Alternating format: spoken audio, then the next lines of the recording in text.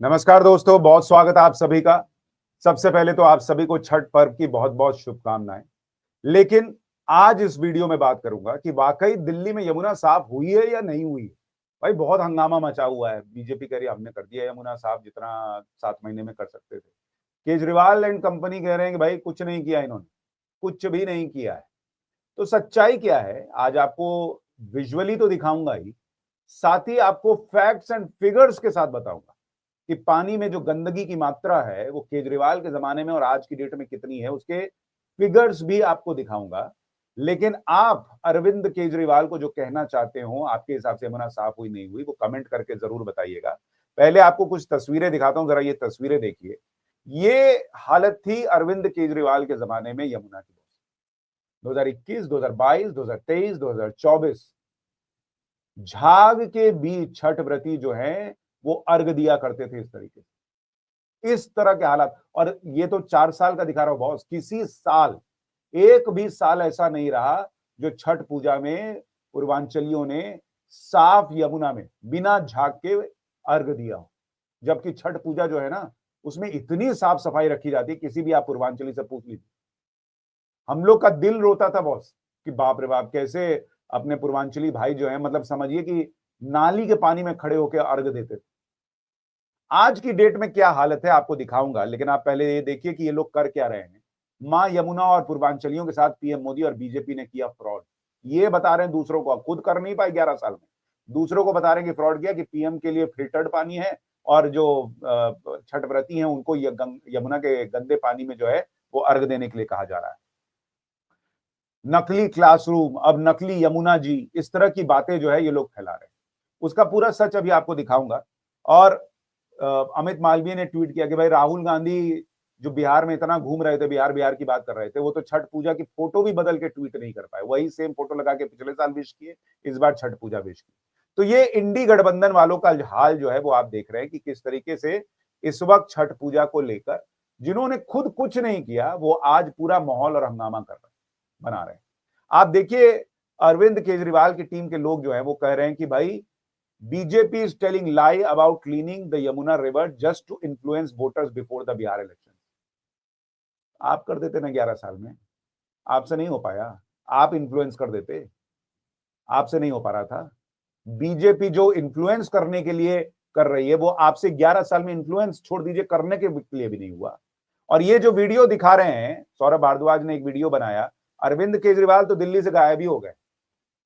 इनको खाली लगा दिया कि देखो तुम देखते रहो, थोड़ा कुछ बचा है तो वो भी रहे अपने वाला हिसाब है। तो आज सौरभ भारद्वाज का एक वीडियो देखिए, फिर आपको फैक्ट्स एंड फिगर्स के साथ सच्चाई बताता हूं। वो जगह जहां बताया जा रहा है, हालांकि बताया नहीं जा रहा, हमें मालूम है वहां पे प्रधानमंत्री नरेंद्र मोदी बिहार चुनाव से पहले बिहारी वोटर को साधने के लिए छठ मनाएंगे। अब मैं आपको कहूंगा कि एक बार नीचे जा रहा कैमरा दिखाया जाए। देखिए वो जो दूर से पानी आ रहा है, इधर दिखाइए, इधर ये जो दूर से पानी आ रहा है ये यमुना का पानी है। और यमुना के ऊपर वासुदेव घाट बनाया गया था कि यमुना से वासुदेव घाट के दर्शन, वासुदेव घाट से यमुना के दर्शन हो और लोग यमुना के अंदर जा सकें। मगर पिछले कुछ दिनों में ले वासुदेव घाट को यमुना से अलग किया गया है और बीच में आप देखिए मिट्टी की एक बाउंड्री बनाई गई है। तो आप साफ देख सकते हैं कि यमुना अलग है, मगर वासुदेव घाट पे जो पानी आया है वो अलग है। और अब मैं ये भी बताऊंगा ये पानी कहां से आया है और कैसे लाया गया है। दूर जूम करके दिखाइए वो हरे रंग की पानी की पाइपलाइन। ये पानी की पाइपलाइन सोनिया विहार से गंगा का साफ फिल्टर्ड पानी लेके आ रही है। यानी कि वो पानी जो गंगा से आती है उस पानी को सोनिया विहार में फिल्टर किया जाता है। अब आप देखिए कि खुद इनके वीडियो में नीचे लिखना पड़ रहा है कि सोनिया विहार वाला पानी नहीं है, ये वजीराबाद से आया। तो ये इनकी सच्चाई है। दूसरी बात, जब खुद वीडियो में दिखा रहे हैं, तो जब यमुना को दिखा रहे हैं, इनके वीडियो में भी यमुना में झाग नहीं दिख रही है। आप सोचिए इन लोगों का लेवल कि खुद बेशर्मी से दिखा रहे हैं भाई कि देखो इसमें यमुना का पानी इधर अलग कर दिया। अपने जमाने में झाग वाली यमुना थी, छठ व्रती उसमें घुस नहीं सकते थे, कई जगह पे बोर्ड लगा होता था कि भाई यहाँ पे छठ पूजा नहीं कर सकते, वो भूल गए और कह रहे हैं कि ये देखिए ये फलाना जगह से पानी आ रहा है। तो आप ला देते ना पानी, आपको पाइप नहीं मिल रहा था, पाइप जोड़ने नहीं आ रहा था, क्या दिक्कत थी? आपके लिए इमोशनल वैल्यू नहीं थी कि छठ व्रती को छठ करना है तो कैसे हम कर दें, कैसे ला दें पानी, क्या कर दें, वो नहीं था। आज करेंगे, पीएम के लिए हो रहा है। भैया जब यमुना उधर है, बीच यमुना में जाके पीएम क्या अर्घ देंगे क्या, या कोई भी अर्घ देगा क्या? जिधर व्यवस्था होती है, इस तरह की व्यवस्था कई जगह की जाती है, इसमें कौन सी बड़ी बात है? तो ये लोग सोचिए कितना डेस्परेट हो गए हैं कि खुद 11 साल में किए नहीं, और जब 7 महीने में हो रहा है तो हंगामा कर रहे हैं। और आपको मैं तस्वीरें दिखाता हूं बॉस, ये इधर ये लोग वो लोग हैं जो इस तरह से ढूंढ के, अरे देखिए घर में, वहां देखिए वहां कोने में इतना सा गंदा है, तो कैसे गंदा है? ये टाइम्स ऑफ इंडिया ने फोटो छापी है बॉस। आप देखिए छठ व्रती किस तरीके से खड़े हैं और अर्घ दे रहे हैं। ये भूल गए, झाग के बीच में अर्घ देते थे छठ व्रती, और यहां साफ यमुना दिख रही है, उस पे भी ये लोग झूठ फैला रहे हैं।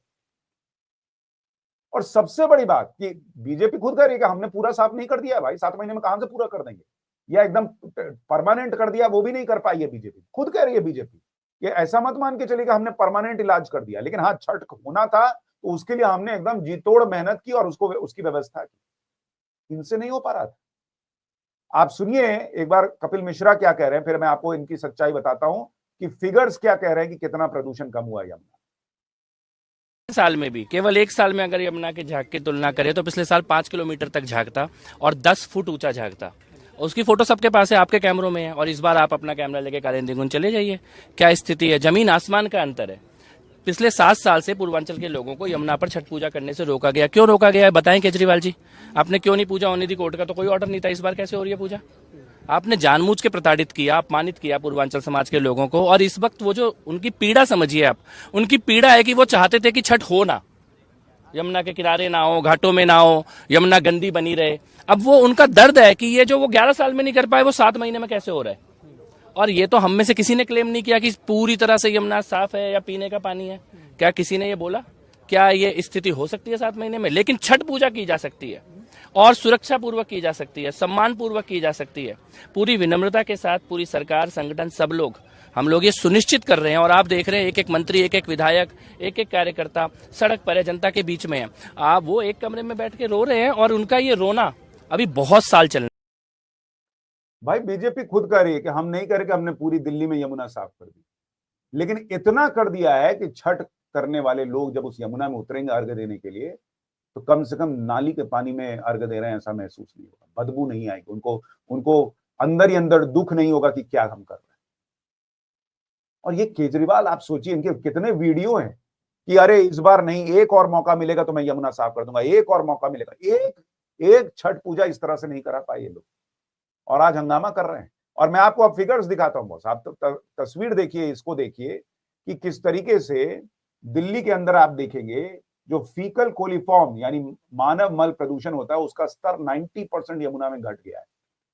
और 8 में से 4 सैंपलिंग पॉइंट अब 2500 एमपीएन पर 100 ml की स्वीकृत सीमा के भीतर या करीब पहुंच चुका है। और आप देखिए ये अलग अलग जगहों पर जो अक्टूबर 2024 में एमपीएन होता था और अब अक्टूबर 2025 में एमपीएन, पल्ला वो इलाका जहां पर चेक किया गया तो केजरीवाल के जमाने में 920 पे होता था, वो 600 पे घट के आ गया। वजीराबाद में 16,000 पे होता था प्रदूषण का लेवल पानी के अंदर, वो घट के 800 पे आ गया बॉस। आईएसबीटी में 28,000 होता था, वो 8,000 पे आ गया लेवल घट के। आईटीओ में प्रदूषण का लेवल पानी में 35,000 होता था, वो घट के 8,000 आ गया। निजामुद्दीन में 11 लाख होता था बॉस, 7,900 पे आ गया। ओखला बैराज में 18 लाख 2,700 पे आ गया। आगरा केनाल में 22 लाख घट के 1,600 पे आ गया। असगरपुर में 80 लाख घट के जो है वो 8,000 पे आ गया। तो फोटो खींच के इधर उधर अरे इन्ने उन्ने करने से कुछ नहीं होगा बॉस। फिगर्स बता रहे हैं कि क्या तस्वीर जो है वो आज की डेट में यमुना में बनी। और उसके बाद अरविंद केजरीवाल जो है, उनकी टीम के लोग जो है वो हंगामा कर रहे हैं। और ये वही लोग हैं, अभी आपको याद होगा दिवाली में हंगामा कर रहे थे ना, प्रदूषण हो गया, प्रदूषण हो गया, प्रदूषण हो गया। आप देखिए आज की डेट में दिल्ली के अंदर वेरी पुअर एयर क्वालिटी है, वेरी पुअर। अब कौन पटाखा फोड़ रहा है? कोई तो नहीं फोड़ रहा। तब ये लोग कहां हैं? और पूरे एनसीआर का यही हाल है। अब इन लोगों को छाती नहीं पीटना है, सिर्फ दिवाली से समझ में आती है। कई लोगों ने मेरे पुराने ट्वीट डाले 2016-17 वगैरह का कि भाई मैं तब कहता था कि प्रदूषण कम करने के लिए दिवाली में पटाखे कम फोड़ने चाहिए। भाई मेरे जैसे बहुत लोग मिल जाएंगे जो पहले यही सोचते थे कि भाई दिवाली के पटाखों से प्रदूषण हो रहा है तो इसको कम किया जाए। बाद में सबको समझ में आने लगा ये तो तमाशा चल रहा है इस देश के अंदर कि खाली दिवाली को टारगेट करो और बाद में जो है वो भूल जाओ प्रदूषण है तो कोई फर्क नहीं पड़ रहा। जिन जिन को ये समझ में आने लगा उन लोगों ने मेरी तरह जो है वो कहा फोड़ो पटाखा, काहे नहीं फोड़ेंगे, एक दिन से क्या होता है, संस्कृति छोड़ दें अपनी, अपना त्योहार छोड़ दें। अब बाकी 364 दिन ये तमाशा चले तो कुछ ना हो। और उसके बाद रिपोर्ट्स आ गई जिसमें लिखा हुआ था कि भाई दिल्ली में प्रदूषण में दिल्ली के पटाखों का असर जो है वो मतलब 5% 2% भी नहीं। और इसीलिए अरविंद केजरीवाल की पॉलिटिक्स सिमट गई। उन्होंने सपने तो बड़े बड़े दिखाए लेकिन उसके बाद मतलब मुझे तो कई बार समझ में नहीं आता कि करना क्यों नहीं चाहते थे।